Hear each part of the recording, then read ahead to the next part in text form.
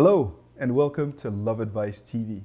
My name is Coach Adrian, and I'm delighted to be with you today for this video.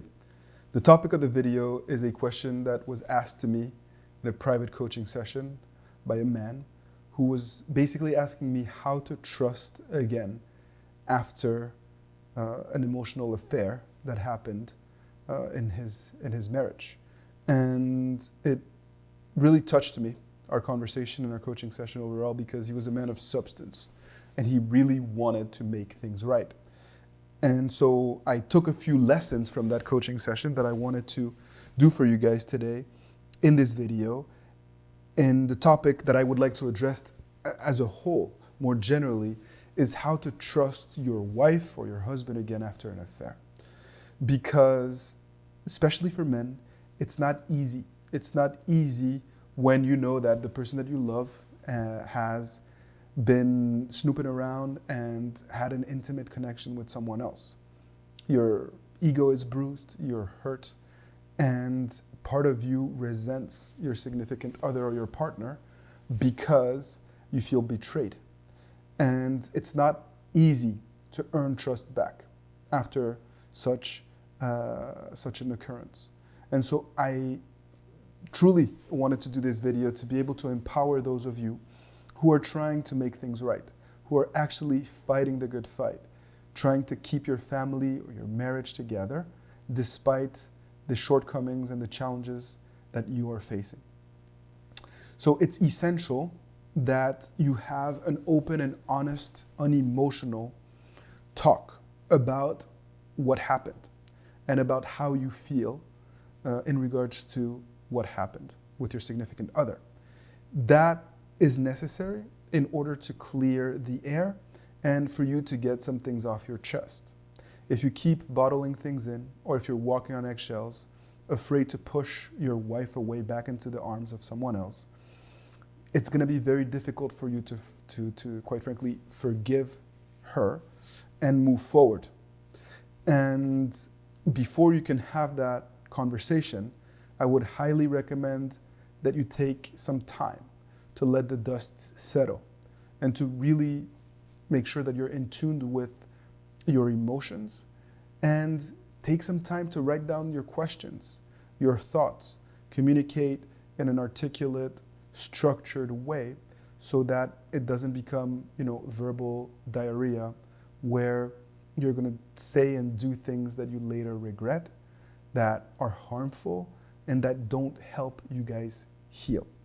So it's important that you take time for yourself to let the dust settle, to structure your thoughts and your questions before trying to have that conversation with your significant other that is quite necessary. Also, it is important to ask yourself how it got to this point. In some situations, people have basically nothing that they could have done. You're just betrayed, and you look back and you know that in your heart that you poured your heart and soul into the relationship, and you just happen to discover that the person that you're with is not who you thought you were married to. And in such cases, it's important for you to really think about what you want moving forward. Are you really looking to get back into a relationship and trying to make things work with a person that may not be ultimately someone that you share values with? But in a lot of cases, people do play a role when an affair happens. Even if you were cheated on, it's possible that you neglected your significant other.